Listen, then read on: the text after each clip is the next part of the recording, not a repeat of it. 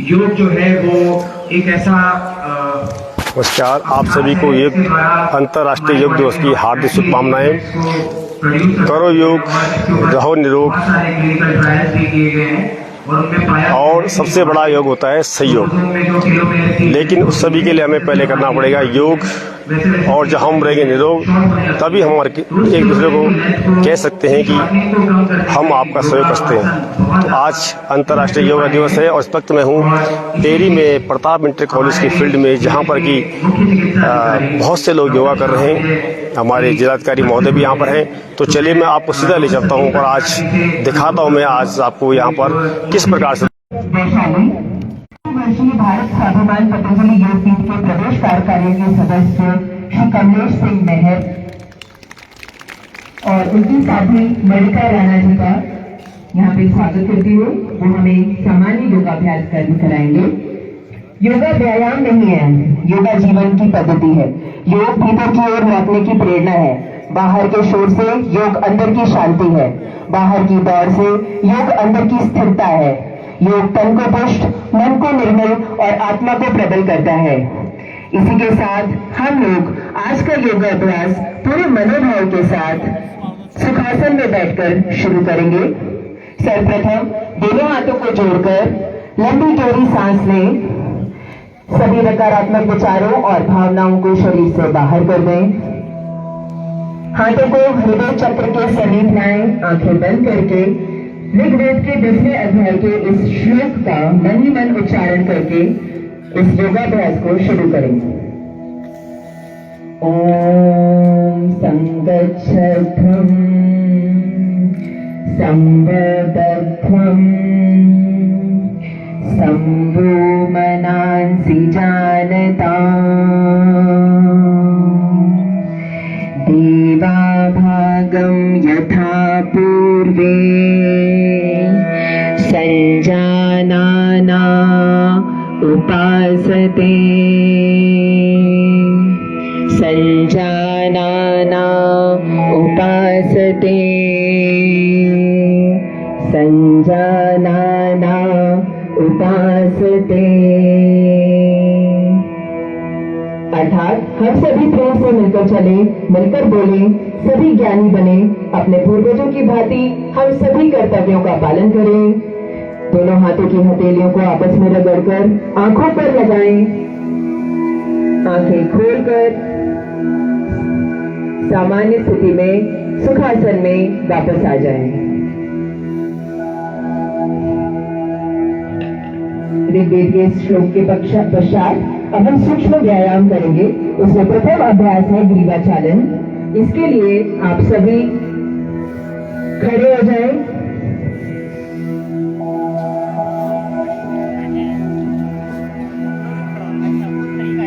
पैरों में 2 से 3 इंच का अंतर रखें। कंधों को शिथिल व स्थिर रखते हुए हथेलियों को कमर पर रखें। श्वास को बाहर निकालते हुए सिर को धीरे धीरे आगे की ओर झुकाएं और थोड़ी को वक्षस्थल पर स्पर्श कराने का प्रयास करें। श्वास को अंदर लेते हुए सिर को झुकाते हैं, धीरे धीरे पीछे ले जाएं और फिर सामान्य स्थिति में आ जाएं। द्वितीय चरण में गर्दन को दाईं और बाईं ओर झुकाएंगे। श्वास को सर्वप्रथम बाहर छोड़ते हुए सिर को धीरे धीरे दाईं ओर झुकाएं। कान को कंधे के जितना नजदीक लाना संभव हो उतना संभव हो ले आए। दूसरी साइड में खिंचाव महसूस करें। इस बात का ध्यान रखें कि कंधे ऊपर की ओर ना उठे हों। श्वास को अंदर ग्रहण करते हुए सिर को धीरे धीरे सामान्य स्थिति में लाएं। इसी प्रकार पुनः श्वास को बाहर छोड़ते हुए सिर को बाईं तरफ घुमाएं। दूसरी साइड खिंचाव महसूस करें। श्वास को अंदर ग्रहण करते हुए सिर को सामान्य स्थिति में वापस ले आएं। तृतीय चरण में सिर को सीधा रखें। श्वास को बाहर छोड़ते हुए सिर को आराम से दाईं ओर घुमाएं, जिससे ठोड़ी और कंधे एक सीध में हो जाएं। जिन सर्वाइकल स्पॉन्डिलोसिस की व्याधि से ग्रसित व्यक्ति इस अभ्यास को ना करें। धीरे धीरे श्वास को अंदर ग्रहण करते हुए सिर को सामान्य स्थिति में ले आएं। इसी प्रकार श्वास को पुनः बाहर छोड़ते हुए सिर को बाईं ओर घुमाएं। जितना संभव हो उतना ही घुमाएं और अधिक ना खींचें। श्वास को अंदर लेते हुए धीरे धीरे सामान्य स्थिति में जाएं। चतुर्थ चरण में ग्रीवा घुमाएं। श्वास छोड़ते हुए सिर को आगे की ओर झुकाकर ठोड़ी को वक्ष स्थल से स्पर्श करें। श्वास को अंदर लेते हुए सिर को धीरे धीरे घड़ी के सुई की दिशा में घुमाएं और वापस लाते समय श्वास को बाहर छोड़ें। तत्पश्चात ग्रीवा को घड़ी की विपरीत दिशा में घुमाएं। श्वास को अंदर लेते हुए ग्रीवा को पीछे ले जाएं और श्वास को छोड़ते समय वापस ले आएं। ग्रीवा में पीड़ा होने पर इस अभ्यास को धीरे धीरे करें। एक बार पुनः दोहराएं।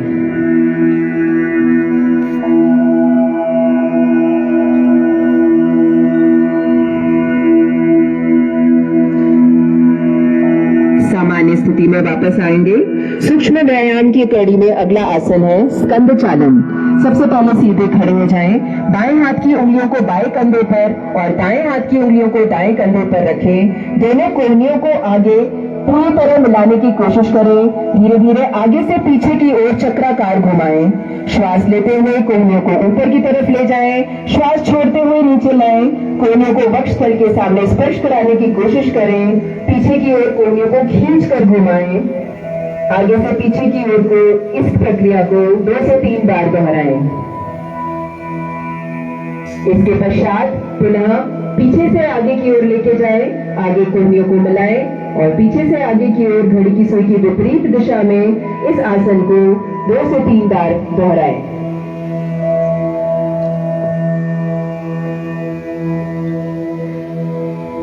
पुनः सामान्य स्थिति में वापस लौट आएं।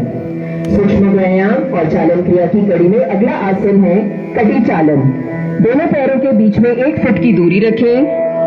ध्यान रहे हृदय रोगियों को यह अभ्यास सावधानी पूर्वक करना चाहिए। गंभीर पीठ दर्द और डिस्क व्याधि से ग्रसित व्यक्ति इस क्रम को ना करे तो ज्यादा अच्छा है। दोनों भुजाओं को कंधों की सीध तक उठाएं। हथेलियां समानांतर स्थिति में एक दूसरे के सामने ले आएं। श्वास को बाहर छोड़ते समय शरीर को धीरे धीरे बाईं ओर घुमाएं। इस अवस्था में शारीरिक सजगता के साथ 4 से 5 श्वास तक बने रहें।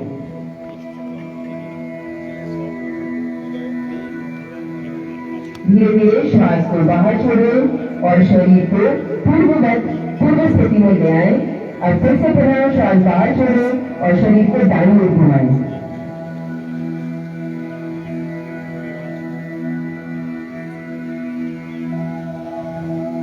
श्वास लेते हुए पूर्व स्थिति में वापस आ जाएं।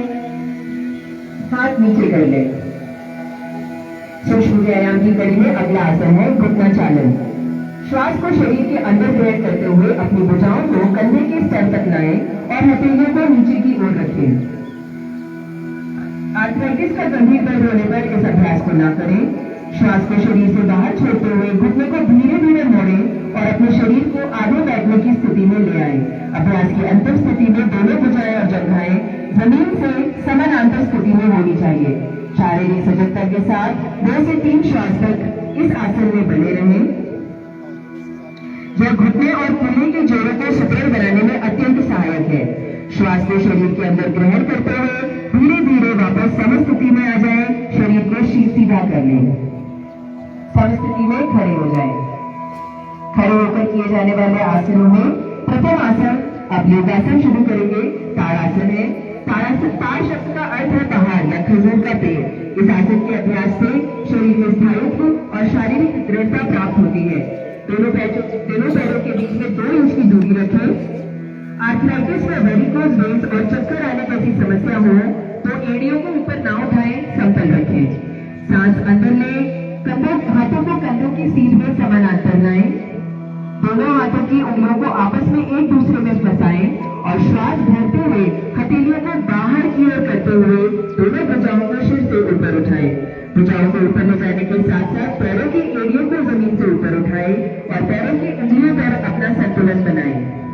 इस स्थिति में 10 से 30 सेकंड तक रुकें। यह अभ्यास शरीर में स्थिरता लाता है।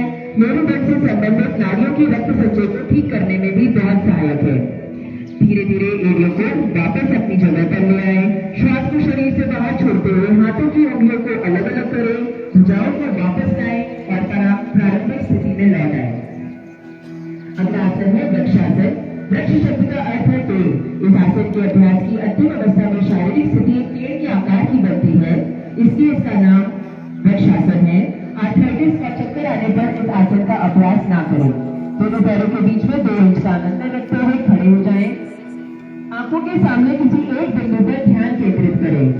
श्वास को शरीर से बाहर छोड़ते हुए दाएं पैर को पकड़कर उसके पंजे को दाएं पैर की अंदरूनी जांघ पर रखें। एड़ी मूलाधार क्षेत्र से मिली होनी चाहिए। श्वास को शरीर के अंदर ग्रहण करते हुए दोनों हाथों को ऊपर की ओर ले जाकर दोनों हथेलियों को नमस्कार मुद्रा में जोड़ें। इस स्थिति में शारीरिक सजगता के साथ 10 से 30 सेकंड तक रुके रहें और सामान्य रूप से श्वास लेते रहें। यह आसन तंत्रिका से संबंधित स्नायुओं के समन्वय और शरीर को संतुलित बनाने, सहनशीलता और जागरूकता, एकाग्रता बढ़ाने में बहुत सहायक है। श्वास को शरीर से बाहर छोड़ते हुए धीरे धीरे हाथों को नीचे लाएं और दाएं पैर को पूर्व अवस्था में वापस लेकर आएं। अब इसी आसन को बाएं पैर से दोहराएं। श्वास को शरीर से छोड़ते हुए बाएं पैर को पकड़कर उसके पंजे को दाएं पैर की अंदरूनी जांघ पर रखें। श्वास को शरीर के अंदर लेते हुए दोनों हाथों को ऊपर की ओर ले जाकर नमस्कार मुद्रा में जोड़ें। 10 से 30 सेकंड तक सामान्य रूप से श्वास प्रश्वास लेते हुए इस आसन में रुकें और पुनः वापस समस्थिति में वापस लौट आए। खड़े होकर किए जाने वाले आसनों में अगला आसन है अर्धचक्रासन। अर्ध शब्द का अर्थ है आधा और चक्र का अर्थ है पहिया। चूंकि इस आसन में शरीर आधे पहिए की आकृति जैसा बनता है, इसलिए इस आसन को अर्धचक्रासन कहा जाता है। यदि आपको चक्कर आता है या उच्च रक्तचाप है तो इस आसन में पीछे की ओर झुकने के समय सावधानी बरतें। सबसे पहले पैरों के बीच में 2 इंच की दूरी रखें। दोनों हाथों की उंगलियों से कमर को बगल से पकड़ें। कोहनियों को समानांतर श्वास लेते हुए सिर को पीछे की ओर झुकाएं और ग्रीवा की मांसपेशियों में खिंचाव अनुभव करें। श्वास छोड़ते हुए कटी भाग से पीछे की ओर झुकना चाहिए। इस आसन में इस स्थिति में 10 से 30 सेकंड तक रुकें। यह अभ्यास मेरुदंड को लचीला बनाता है, मेरुदंड से संबंधित नाड़ियां तथा मांसपेशियां मजबूत करता है, सर्वाइकल स्पॉन्डिलोसिस के प्रबंधन में बहुत लाभकारी है। श्वास को अंदर करते हुए धीरे धीरे प्रारंभिक अवस्था में वापस लौट आए। खड़े होकर किए जाने वाले अभ्यास के अगला आसन है पादहस्तासन। पादहस्तासन का अर्थ है पाद अर्थात पैर, हस्त अर्थात हाथ। इस आसन के अभ्यास में हथेलियों को पैरों की तरफ नीचे ले जाया जाता है। इस आसन को पान आसन भी कहा जाता है। हृदय डिस्क संबंधी विकार, उदरशोथ, हर्निया, अल्सर, मायोपिया, चक्कर आने पर और ग्लूकोमा में इस आसन को ना करें। सबसे पहले दोनों पैरों के बीच में 2 इंच का अंतर रखते हुए खड़े हो जाएं। धीरे धीरे श्वास को शरीर के अंदर खींचते हुए हाथों को ऊपर की ओर ले जाएं। श्वास छोड़ते हुए सामने की ओर झुके जब तक हथेलियां जमीन को स्पर्श ना करें। कमर को खींचते हुए जितना संभव हो सीधा रखने का प्रयास करें। क्षमता अनुसार इस आसन में 10 से 30 सेकंड तक रुकें।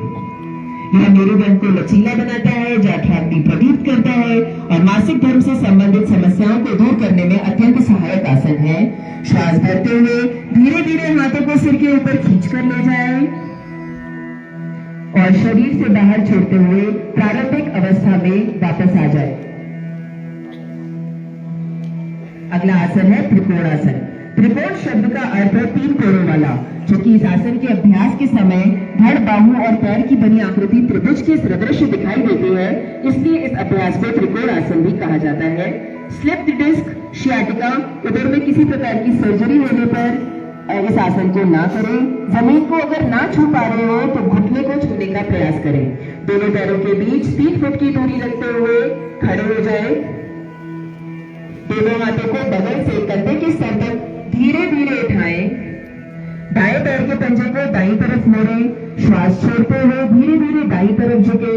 दाएं हाथ की उंगलियों को दाएं पैर के पीछे की ओर रखें। बाएं हाथ को दाएं हाथ की सीध में रखना चाहिए।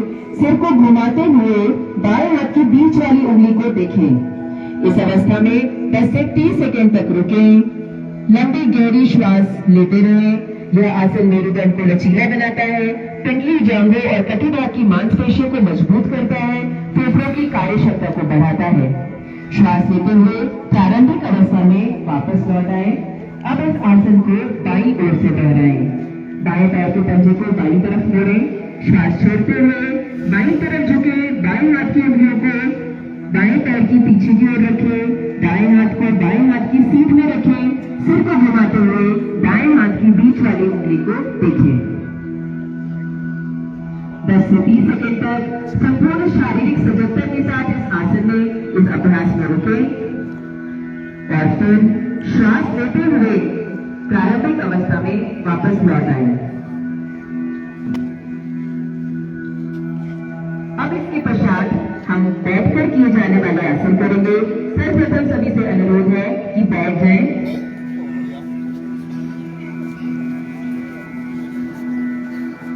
बैठकर किए जाने वाले आसनों में सर्वप्रथम भद्रासन है। भद्र शब्द का अर्थ होता है दृढ़, सज्जन या सौभाग्यशाली। दोनों पैरों को सामने की ओर खींचते हुए सीधा बैठे, दोनों हाथों को कमर के पीछे जमीन पर रखें, शरीर को ढीला छोड़ें। भद्रासन के लिए अत्यधिक पीड़ा देने वाले आर्थराइटिस और शियाटिका से ग्रसित व्यक्ति इस अभ्यास को न करें। दोनों पैरों को सामने की ओर फैलाकर बैठे, हाथों को नितंबों के पास रखें, हथेलियां जमीन पर होनी चाहिए। यह आसन दंडासन कहलाता है। अब दोनों पैरों के तलवे को पास ले आए, श्वास बाहर छोड़ते हुए पैरों के पंजों को हाथों से पकड़कर ढक लें। श्वास भरते हुए एड़ियों को मूलाधार क्षेत्र के जितना नजदीक हो सके ले आए। इस अवस्था में संपूर्ण शारीरिक सजगता के साथ 3 से 4 श्वास तक रुके। यह अभ्यास शरीर को दृढ़ रखता है, मस्तिष्क को स्थिरता प्रदान करता है, गर्भावस्था में विशेष लाभकारी है और महिलाओं को मासिक धर्म के समय अक्सर होने वाले पेट दर्द से मुक्ति प्रदान करता है। धीरे धीरे हाथों को खोलते हुए पैरों को वापस सामान्य अवस्था में ले आए और दंडासन की स्थिति में पुनः बैठ जाएं। इसके पश्चात है वज्रासन। यह आसन ध्यान के अभ्यास के लिए किए जाने वाले आसनों में से एक है और ये भोजन के बाद किया जाने वाला एकमात्र आसन है। बवासीर के मरीजों को इस आसन से परहेज करना चाहिए। घुटने के दर्द और एड़ियों की चोट से ग्रसित व्यक्ति को इस आसन को बहुत सहजता और सजगता के साथ करना चाहिए। सबसे पहले दोनों पैरों को मिलाकर बैठ जाए। हाथ आपके शरीर में बगल में हो, हथेलियां जमीन पर हो, हाथों की उंगलियां सामने की दिशा में हो। दाहिने पैर को घुटने से मोड़े, पंजों को दाएं नितंब के नीचे रखें, बाएं पैर को भी घुटने से मोड़े और बाएं नितंब के नीचे रखें।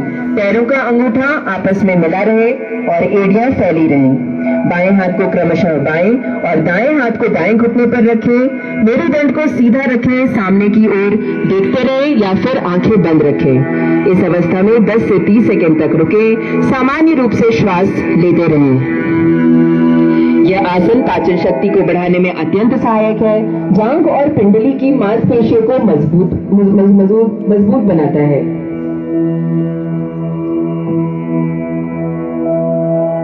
कुछ देर इस आसन में ध्यान लगाकर आंखें बंद करके बैठें।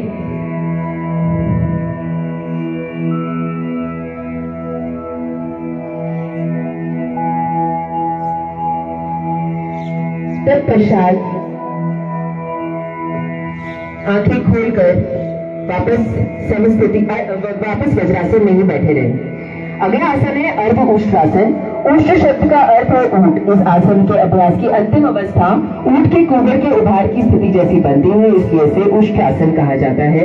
हर्निया और हृदय संबंधी गंभीर व्याधि, आर्थराइटिस और चक्कर आने पर इस आसन का अभ्यास न करें। सर्वप्रथम वज्रासन में बैठे रहें। घुटनों के बल धीरे धीरे खड़े हो जाएं।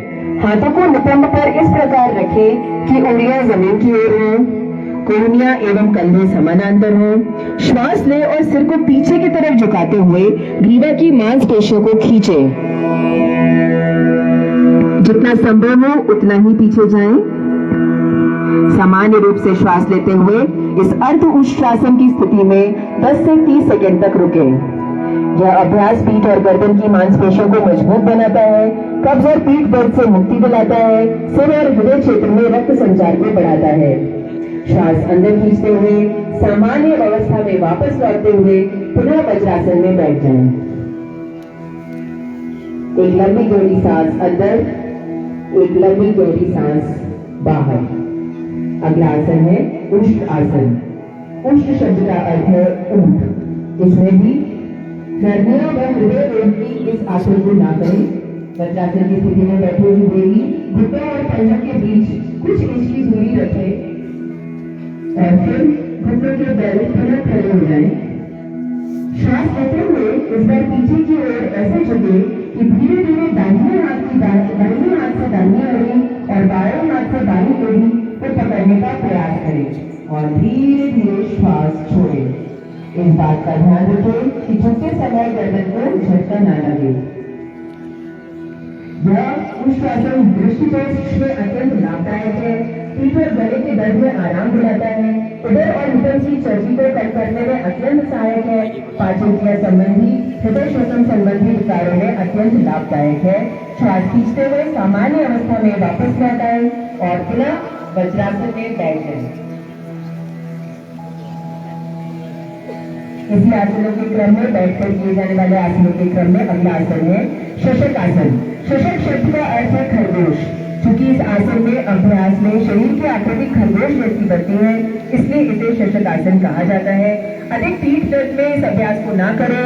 ऑस्टियोआर्थराइटिस से पीड़ित व्यक्ति शशक आसन से परहेज करे। सर्वप्रथम वज्रासन में बैठे रहे। दोनों पैरों के घुटने को एक दूसरे से दूर फैलाएं। इस प्रकार बैठे कि पैरों के अंगूठे एक दूसरे से मिले रहे। श्वास लेते हुए दोनों हथेलियों को घुटनों के बीच जमीन पर रखें। श्वास छोड़ते हुए आगे की ओर झुके और थोड़ी को जमीन पर लगाने का प्रयास करें। दोनों भुजाओं को समानांतर रखें। सामने की ओर देखें। थोड़ी को नीचे लगाएं और सामने की ओर देखें। श्वास प्रश्वास सामान्य रूप से लेते हुए 10 से 30 सेकंड तक इस आसन में रुकें। यह आसन तनाव और चिंता को कम करने में सहायक है। जनन अंगों में कसावट लाता है, कब्ज से मुक्ति दिलाता है और पाचन क्रिया संबंधी व्याधि और पीठ दर्द से छुटकारा दिलाने में अत्यंत सहायक है। धीरे धीरे सामान्य रूप से श्वास लेते हुए पुनः वज्रासन में वापस लौट आए। इसी क्रम में अगला आसन है उत्तान मंडूकासन। उत्तान का अर्थ है ऊर्ध्व और मंडूक का अर्थ है मेढक। इस अभ्यास में घुटने के दर्द से जो पीड़ित व्यक्ति है वो इस आसन को ना करें। सर्वप्रथम वज्रासन में बैठे। अंगूठों को सटाते हुए दोनों घुटनों को जितना अधिक हो सके उतना फैलाएं। अपने दाएं हाथ को उठाएं, उसे कोहनी से मोड़ते हुए पीछे ले जाकर दाएं कंधे से नीचे की ओर रखें। इसी प्रकार बाएं हाथ को कोहनी से मोड़ते हुए पीछे ले जाकर दाएं कंधे के नीचे की ओर रखें। सामान्य रूप से श्वास लेते हुए इस स्थिति में 10 से 30 सेकंड तक रुके। यह आसन पीठ दर्द, ग्रीवा की तकलीफ को दूर करने में बहुत मदद करता है। शरीर की उदरी गति हेतु लाभदायक है। फेफड़े की कार्य क्षमता में वृद्धि करता है।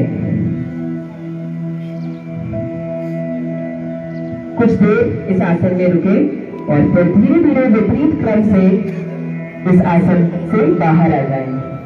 विश्राम आसन की स्थिति में विश्राम करें। बैठकर किए जाने वाले आसनों में लास्ट आसन है वक्रासन। यह आसन पीठ दर्द में, मेरुदर्द संबंधी विकारों में और मासिक धर्म के दिनों में ना करें।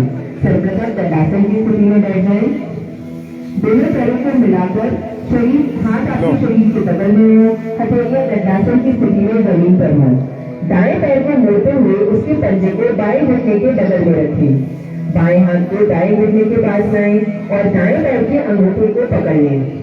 दाएं हाथ को पीछे ले जाएं। हथेली को जमीन पर रखें जब तक पीठ लंबवत ना हो जाए। श्वास को बाहर छोड़ते हुए शरीर को दाईं तरफ घुमाएं। इस स्थिति में पूरी शारीरिक सजगता के साथ 10 से 30 सेकंड तक रुकें। सामान्य ढंग से श्वास प्रश्वास लेते रहें। शरीर को शिथिल रखें। कोई भी तनाव महसूस ना करें। शरीर से जितना संभव हो उतना ही करें। यह आसन मेरुदंड की अस्थि में लचीलापन बढ़ाता है और मधुमेह के प्रबंधन में अत्यंत लाभदायक है। श्वास लेते हुए धीरे धीरे शरीर को वापस लाएं। सामान्य स्थिति में लौट आए। शरीर को शिथिल छोड़ दें। अब यह अभ्यास क्रम दूसरे पैर से दोहराएं। बाएं पैर को मोड़कर उसके पंजे को दाएं घुटने के बगल में रखें। दाएं हाथ को बाएं घुटने के पास लाएं। बाएं पैर के से अंगूठे को पकड़ लें। बाएं हाथ को पीछे ले जाएं। हथेली को जमीन पर रखें। श्वास बाहर छोड़ते हुए शरीर को बाईं तरफ घुमाएं।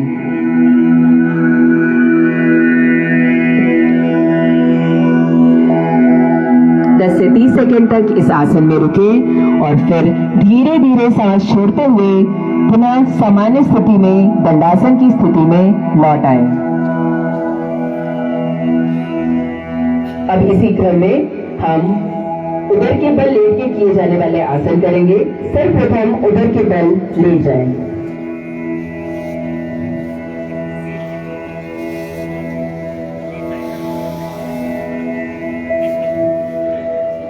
इस क्रम में सबसे प्रथम आसन है मकर आसन।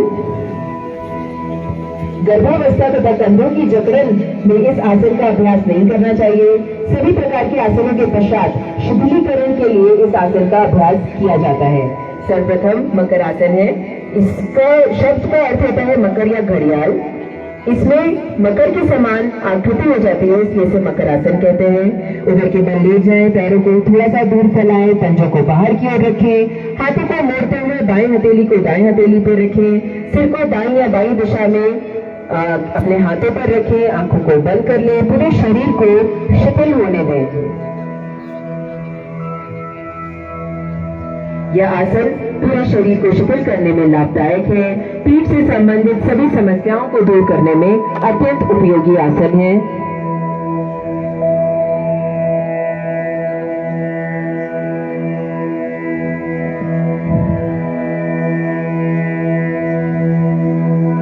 लंबी गहरी सांस अंदर, लंबी गहरी सांस बाहर। विश्राम करें, रिलैक्स करें। इसी क्रम में लेटकर किए जाने वाले आसनों में अगला आसन है भुजंगासन। भुजंग शब्द का अर्थ होता है सांप या नाग। इस आसन में शरीर की आकृति सांप के फन के समान ऊपर उठती है, इसलिए इसे भुजंगासन कहा जाता है। दोनों पैरों को आपस में मिला लें, हाथों को शरीर के ठीक बगल में ऐसा रखें कि हथेलियां और कोहनियां जमीन पर टिकी रहे। बिना हाथों की स्थिति में कोई परिवर्तन लाए धीरे धीरे श्वास अंदर लेते हुए सिर और छाती को नाभि क्षेत्र से ऊपर उठाएं। कुछ समय तक इस स्थिति में आराम से रहें। जिन लोगों को उदर संबंधी सर्जरी हुई है वह इस आसन को ना करें। हर्निया अल्सर से पीड़ित हो तो इस आसन के अभ्यास को नहीं करना चाहिए।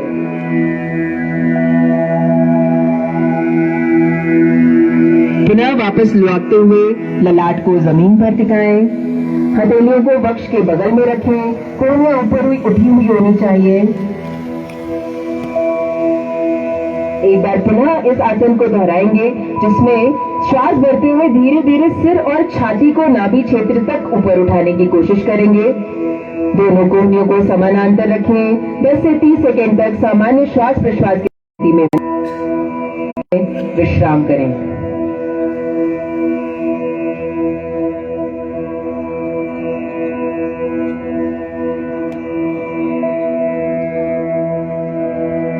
अगला आसन है शलभ आसन।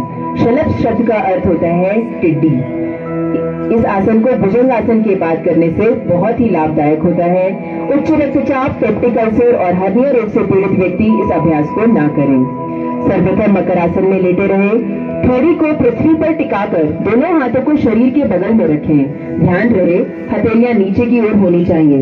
श्वास को अंदर खींचे, घुटनों को बिना मोड़े पैरों को जमीन से जितना हो सके ऊपर उठाएं। हाथों को इस तरह दबाएं कि शरीर जमीन से आसानी से ऊपर उठ सके। इस स्थिति में 10 से 30 सेकंड तक रुकें। सामान्य रूप से श्वास लेते रहें। शियाटिका और पीठ के निचले हिस्से की पीड़ा निवारण में अत्यंत सहायता प्रदान करता है।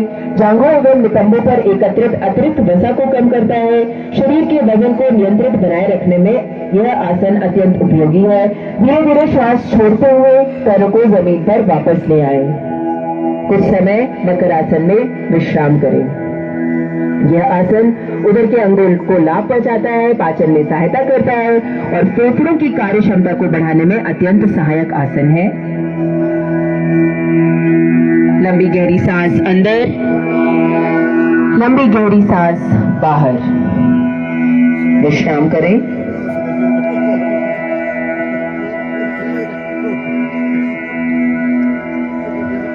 अब इसके पश्चात पीठ के बल लेटकर किए जाने वाले आसन करेंगे। सर्वप्रथम बाईं करवट लेते हुए धीरे धीरे उठकर पीठ के बल लेट जाएं।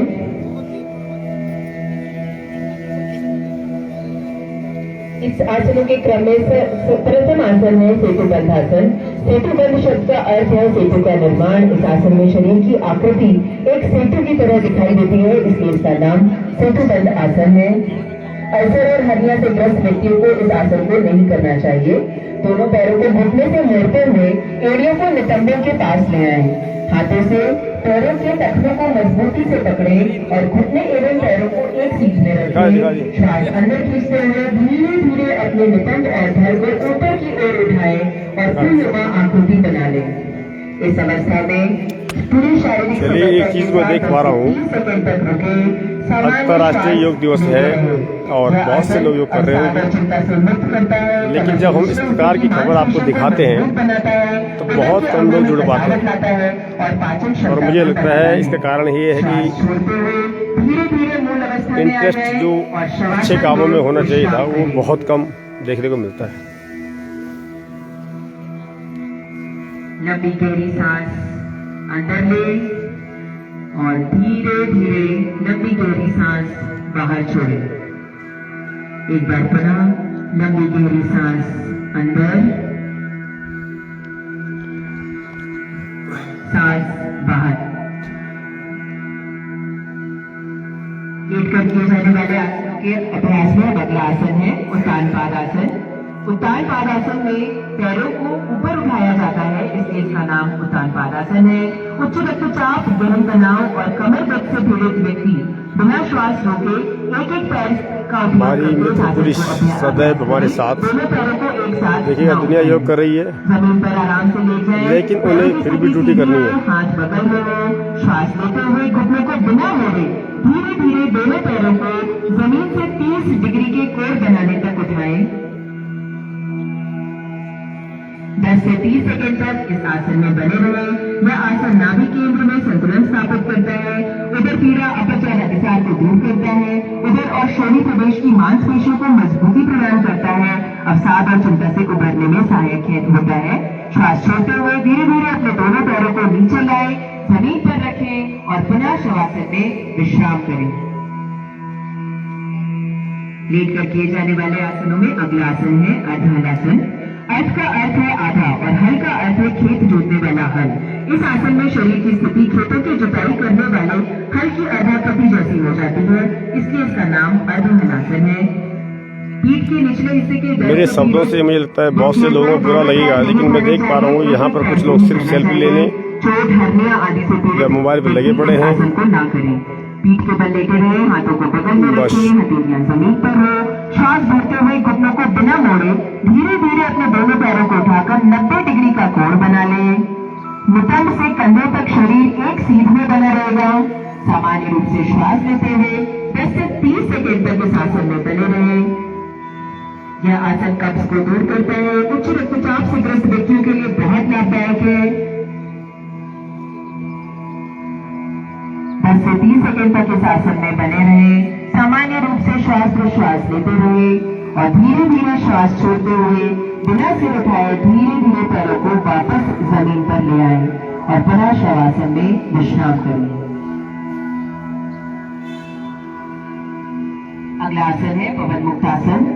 पवन शब्द का अर्थ है वायु और मुक्त शब्द का अर्थ है छोड़ना, अर्थात इस आसन में उदर व आंतों से वायु बाहर निकलने में काफी उपयोगी है, लेकिन उदर संबंधी व्याधि, हर्निया, शियाटिका, तीव्र पीठ दर्द और ये देखिए कुछ लोग बिल्कुल बीच में बैठकर जो है मोबाइल पे लगे पड़े हैं। दोनों घुटनों को धीरे धीरे मोड़े, श्वास छोड़ते हुए घुटनों को वक्षस्थल की ओर लेकर आए।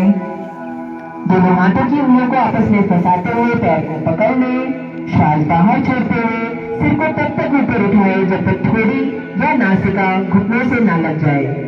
सामान्य श्वास लेते हुए 10 से 30 सेकंड तक इस आसन में रुके। यह आसन कब्जियत को दूर करता है, वात से राहत दिलाता है, उदर के फैलाव को कम करता है और पाचन क्रिया में भी अत्यंत सहायक है।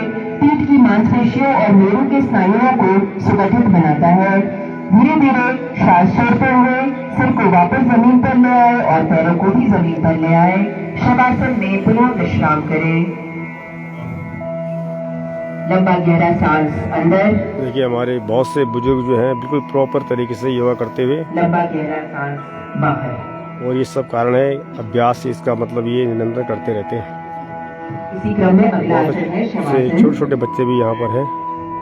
हाथों और पैरों को आरामदायक स्थिति में फैलाकर रखें। हथेलियां ऊपर की ओर हों, आंखें बंद हों। साथ ही मैं देख रहा हूँ यहाँ पे राजकीय प्रताप इंटर कॉलेज, क्या दुर्दशा इस कॉलेज की है, बिल्कुल घास जमी पड़ी है। तो चलिए ये भी कभी दिखाएंगे आपको, सारी हालत दिखाएंगे आपको यहाँ की। धीमा, लंबा, गहरा और लयबद्ध होने दें। पूर्ण विश्रांति और चित्त शांति करें। सभी प्रकार के तनाव और चिंता से मुक्त करने वाला आसन है। शरीर तथा मन दोनों को आराम प्रदान करता है। पूरे मनोकाय तंत्र को विश्राम प्रदान करता है। बाहरी दुनिया के प्रति हम लगातार आकर्षित होते हैं। इस आसन में हमारा मन अंदर की ओर गमन करता है। ऊपर ही जाता सीधा। मस्तिष्क स्थिर हो गया है। चित्त शांत हो गया है। एक लंबी गहरी सांस अंदर लेंगे, लंबी गहरी सांस बाहर। धीरे धीरे श्वास प्रश्वास पे अपना पूरा ध्यान लगाएंगे। किसी भी तरीके के विचार अपने मन में नहीं आने देंगे। अपने आसपास की सकारात्मक ऊर्जा को महसूस करेंगे। इस सुबह की पावन बेला में एक सकारात्मक ऊर्जा आपके आसपास है, उसको अपने अंदर जाता हुआ महसूस करेंगे। सभी नकारात्मक विचार भावनाएं शरीर से बाहर जाती हुई महसूस करेंगे।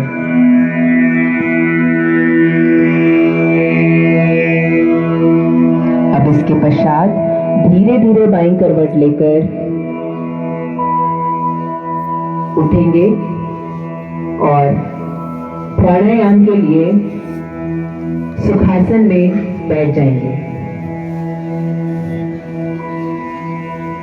प्राणायाम हेतु सर्वप्रथम आसन है कपालभाति। हृदय संबंधी व्याधियों में, चक्कर आने में, उच्च रक्तचाप होने पर, नासिका से रक्त प्रवाह, मिर्गी, माइग्रेन का स्ट्रोक, हर्निया और गैस्ट्रिक अल्सर में इस कपालभाति की क्रिया का अभ्यास ना करें। सर्वप्रथम सुखासन में बैठ जाएं। बायां हाथ बाएं घुटने पर और दायां हाथ दाएं घुटने पर हो। आंखें बंद करके पूरे शरीर को शिथिल होने दें। दोनों नासिका रंध्रों से एक लंबी गहरी सांस लें और अब उदर की निचली मांसपेशियों को दबाव पूर्वक अंदर बाहर करते हुए श्वास छोड़ें। किसी भी प्रकार का तनाव ना लें। तीव्र श्वास छोड़ने की कम से कम 30 आवृत्तियां पूर्ण करें।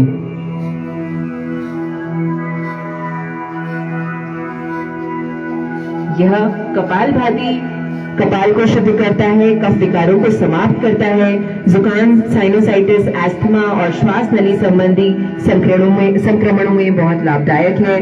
पूरे शरीर का कायाकल्प करता है, चेहरे को दीप्तमान करता है, जीवंत बनाता है, तंत्रिका तंत्र को और अंगों को बहुत शक्तिशाली बनाता है।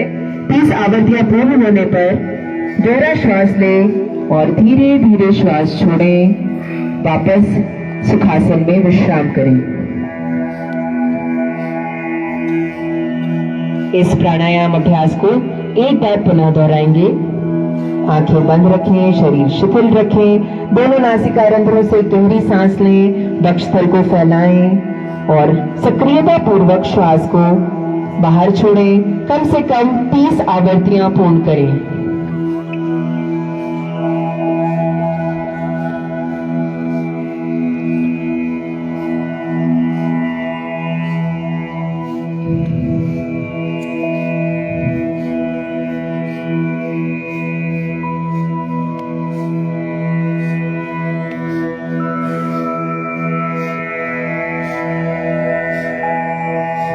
वापस सुखासन में बैठ जाएं। इसी क्रम में प्राणायाम के क्रम में अगला प्राणायाम है नाड़ी शोधन या अनुलोम विलोम प्राणायाम। इस प्राणायाम की मुख्य विशेषता यह है कि इसमें बाएं व दाएं नासिका रंध्रों से क्रमवार श्वास प्रश्वास को रोककर श्वसन किया जाता है। इसके बहुत लाभकारक प्राणायाम है। मन में निश्चलता लाता है, शांति प्रदान करता है, एकाग्रता बढ़ाता है, जीवन शक्ति बढ़ाता है, तनाव और चिंता के स्तर को कम करता है और कफ विकार को भी अत्यंत कम करने में सहायक है। सर्वप्रथम हम किसी आरामदायक स्थिति में बैठ जाएं, मेरुदंड और शरीर को सीधा रखें, आंखें बंद कर लें, गहरी श्वासों के साथ शरीर को शिथिल होने दें और अब नासाग्र मुद्रा बना ले कुछ इस प्रकार से। मध्यमा और तर्जनी अंगुली को मोड़े, अनामिका और कनिष्ठिका और अंगूठे को सीधा रखें। दाएं नासिका रंध्र को अंगूठे से बंद कर लें। धीरे धीरे बाएं नासिका रंध्र से श्वास ग्रहण करें, कुछ देर रोकें। तत्पश्चात दाईं ओर से धीरे धीरे श्वास को बाहर निकालें। अब बाईं नासिका रंध्र से श्वास ग्रहण करें, कुछ देर रोकें और फिर पुनः बाईं ओर से धीरे धीरे श्वास बाहर छोड़ें। इसी क्रम को एक बार और दोहराएं।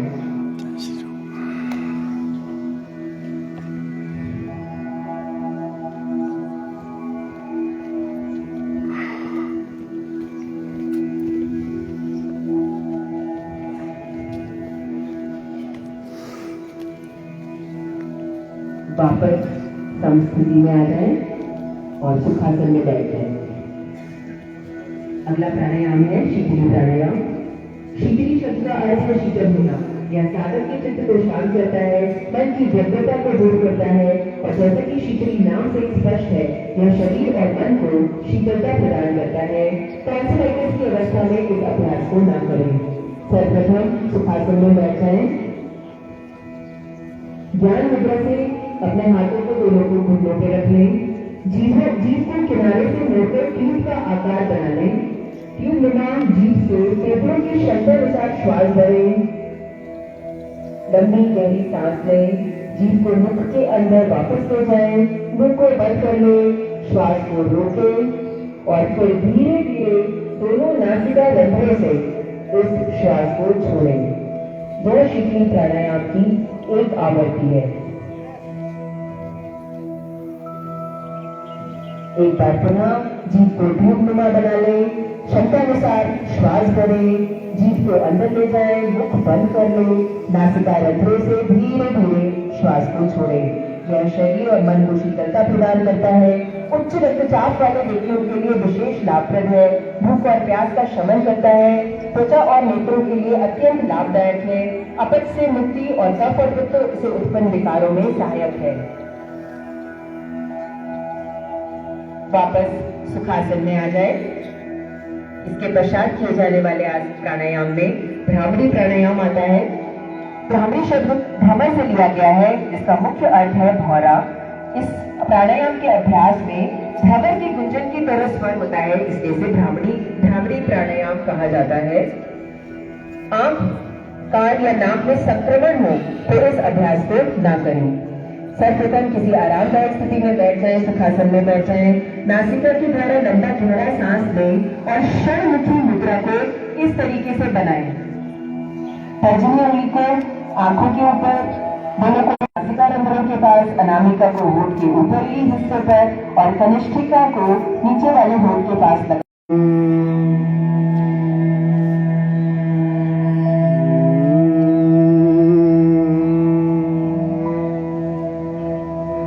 पुनः लंबी गहरी सांस अंदर, भंवरे की तरह आवाज निकालते हुए बाहर।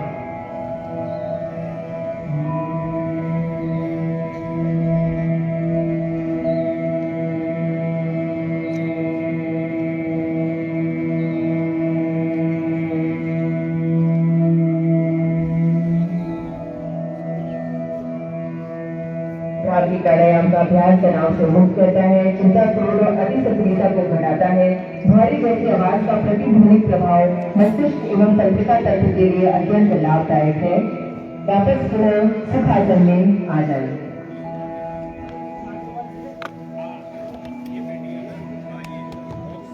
सुखासन में बैठकर अब हम ध्यान लगाएंगे। ध्यान निरंतर चिंतन और मनन की प्रक्रिया है। हाथों को ज्ञान मुद्रा में दोनों घुटनों के ऊपर रखें। हाथों एवं कंधों को ढीला और शिथिल कर दें। आंखों को बंद करें। अपनी भाव के बीच संगातक प्रदेश में ध्यान केंद्रित करें और आदिवासी श्वास के प्रति समझ लें। भाई योगा दिवस की हार्दिक शुभकामनाएं। आपको भी योगा दिवस की हार्दिक शुभकामनाएं। बहुत बहुत धन्यवाद। ना पहले हो जाएगा योगा दिवस। ध्यान करें कि आपके सामने सूर्य का उदय हो रहा है। मैं वहाँ बैठता हूँ, मैं आ जाऊँ। महसूस करें कि सूर्य की किरणें आपके शरीर में भवन के मध्य प्रदेश से प्रवेश कर रही हैं। ये किरणें आपको आपके अंदर सकारात्मकता का संचार कर रही हैं। मन में कोई भी विचार, कोई भी तनाव ना हो। नकारात्मक भावनाओं से भय, क्रोध, अवसाद, चिंता इनको अपने शरीर से बाहर कर दें और सकारात्मक भावनाओं को शरीर के अंदर प्रवेश करने दें। मस्तिष्क को शांत और निश्चल रखें। एकाग्रता, स्मृति और विचारों की स्पष्टता और मनोबल को अपने अंदर संचित होने दें। पूरे शरीर और मस्तिष्क को आराम देते हुए सूर्य की किरणों को अपने शरीर के अंदर पूरे शरीर में फैलता हुआ महसूस करें। महसूस करें यह आपके अंग प्रत्यंगों को ऊर्जावान बना रहा है, प्रकाशमान कर रहा है और आपके अंदर एक दिव्यता का संचार हो रहा है।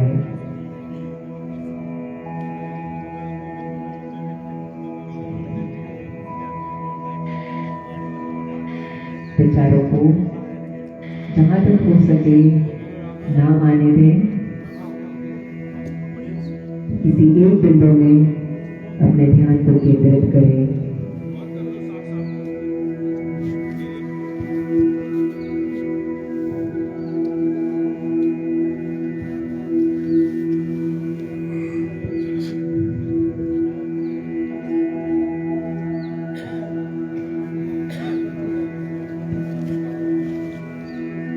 धीरे धीरे अपनी आंखों को खोलेंगे और वापस सुखासन में आ जाएं। 3 बार ओम का उच्चारण करेंगे। एक लंबी गहरी सांस अंदर खींचें। छोड़ते हुए ओम का उच्चारण करते हुए इस सांस को बाहर करें।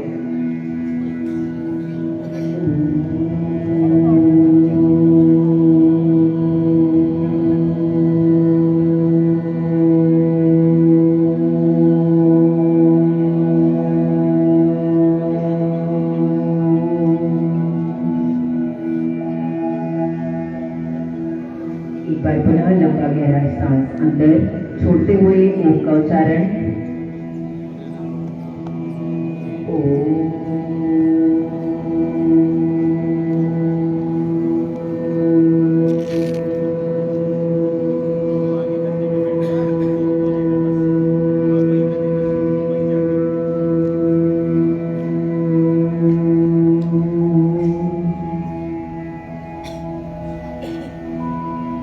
एक आखिरी बार लंबा गहरा सांस अंदर।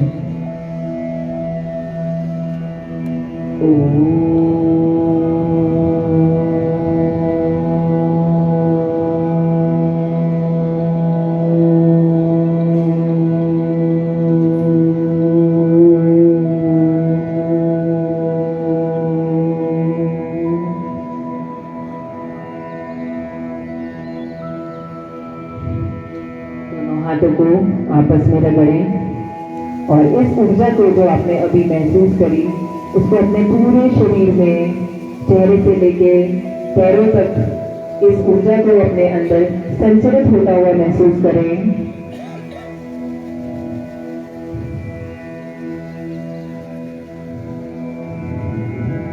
योग सत्र का समापन एक संकल्प के साथ करेंगे।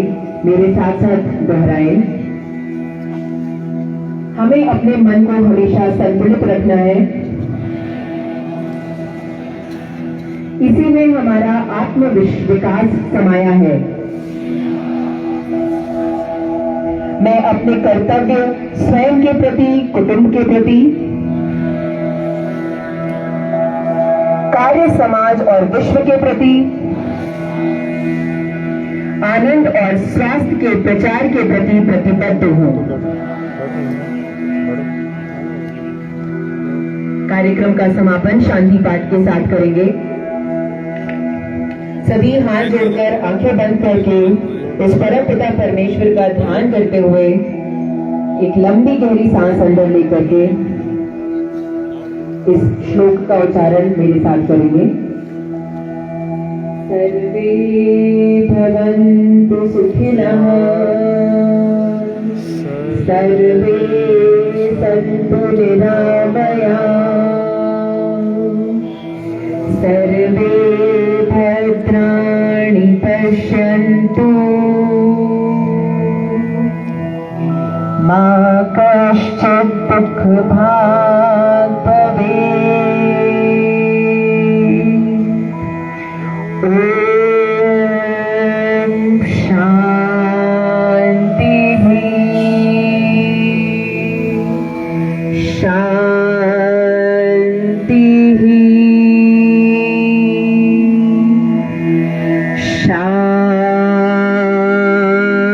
शान्तिः।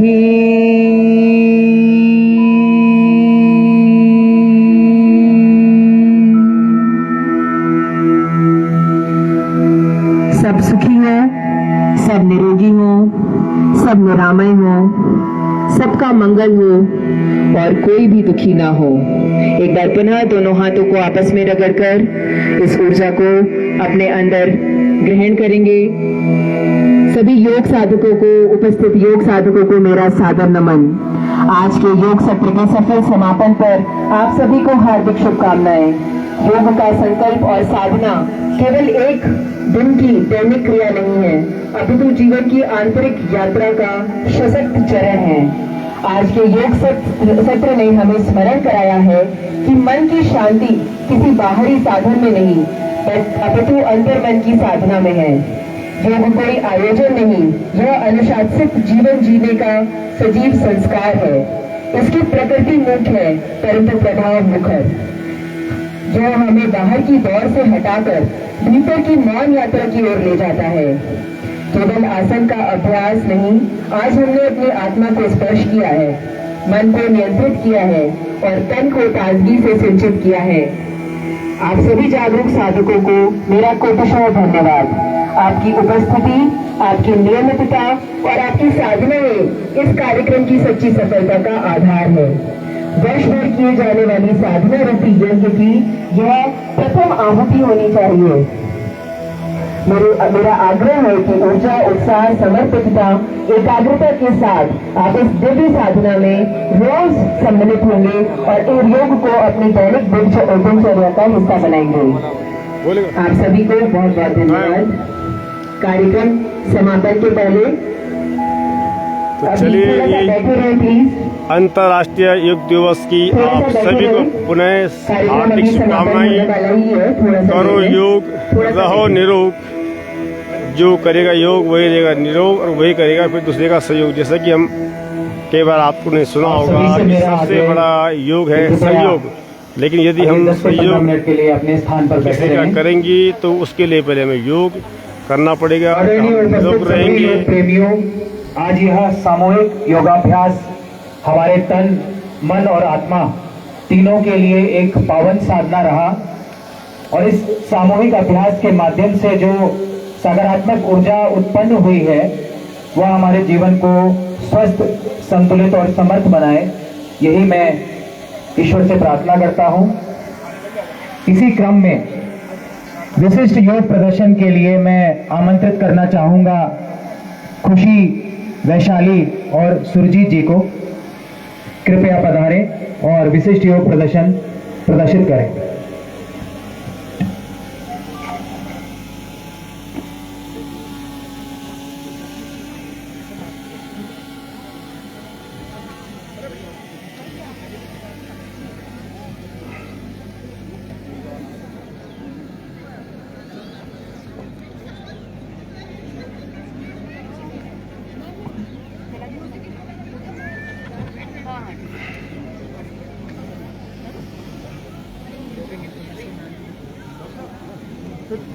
बता रहे हैं करवा दी, फिर वो भी शुरू हो जाएगा ना मैडम को करवा। हाँ पहले सभी नागरिकों से मेरा अनुरोध है कि कार्यक्रम अभी समाप्त नहीं हुआ है, तो कृपया अपने स्थान पर आकर पुनः बैठ जाएं।